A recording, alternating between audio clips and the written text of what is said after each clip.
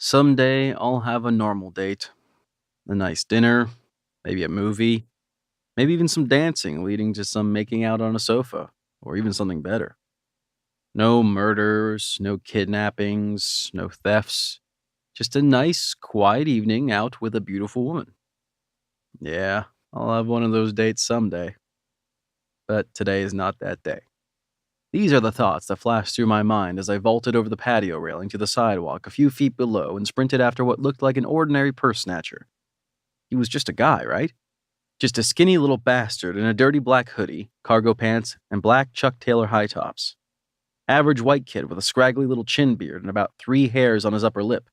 His slight build making him look even younger, maybe 16 if he was really pushing it.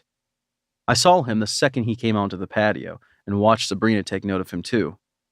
He wasn't the typical clientele for the epicenter, and sure didn't look like he was coming out for a little Mexican alfresco, so it didn't surprise me when he fake tripped beside our table and snatched Sabrina's purse out of the chair beside her, then straightened up and vaulted over the patio handrail and down to the sidewalk a few feet below. "I got this," I said to my date, Detective Sabrina Law of the Charlotte Mecklenburg Police Department. "I assume there are things in there that shouldn't be running around the streets of Charlotte unattended? Like my badge and sidearm? Yeah, getting those back would be good." Sabrina was on her feet and moving to the edge of the patio, but I put a hand on her arm. "I said I got this, but you probably want to take care of the check in case something goes pear-shaped." I gave her a quick kiss on the cheek and jumped over the handrail. The purse snatcher sprinted up college and had about a half a block lead on me, but I wasn't sweating that. I poured on a little extra speed, and by the time he was trying to blend in with the crowd waiting for the light at 5th Street, I was standing by his left elbow. "That bag doesn't match your shoes," I said, putting a light hand on his left arm. "Why don't I take it back to the lady you boosted it from and we'll forget this ever happened?"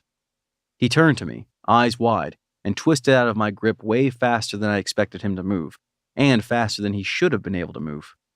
Then he put both hands on my chest and shoved me out into traffic, right into the path of a Lincoln Navigator turning right onto 5th. I bounced off the hood of the car, crashed to the pavement, and bounded right back to my feet. I waved to the wide-eyed soccer mom in the car to let her know I wasn't dead, as far as she could see anyway, and scanned the crowd for the thief. Nobody moves that fast, and nobody can throw me like that. Nobody human, anyway. I caught sight of a hoodie moving quickly but discreetly through the crush of bodies walking up the hill on 5th toward Connolly's pub. I froggered my way across the traffic on College and followed him up the hill on the opposite sidewalk, using the foot traffic to mask my pursuit. A gap in the crowd left me walking alone, and I caught the thief's eyes as he made me. He gave up any pretense of being normal then, hopping off the sidewalk into the street and running against oncoming traffic.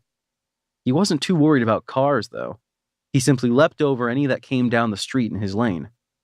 "Crap," I muttered, as I realized I was going to have to do the same thing if I wanted to have any chance of catching him and getting Sabrina's weapon and badge back. Sometimes I hate being the knight in shining armor. I stepped into the street and sprinted after him.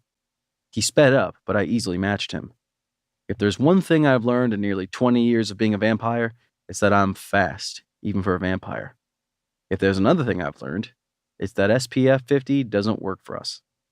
I cut his lead to 20 yards by the time we turned right on Tryon, and running with traffic made the going easier on both of us. I was almost on him in front of Ryra when a pedal cab with some goofy real estate agent's face on the back pulled out in front of me and tripped me up. By the time I untangled myself from bike and driver, my quarry was across the street and about to turn the corner in front of the Dunhill. I leapt the street, surprising myself with my distance, and hit the ground running flat out. I made it around the corner on 6th just in time to see a manhole cover slide back into place.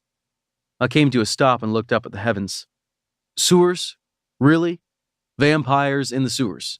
This is how you wreck my date night. What did I ever do? Don't answer that.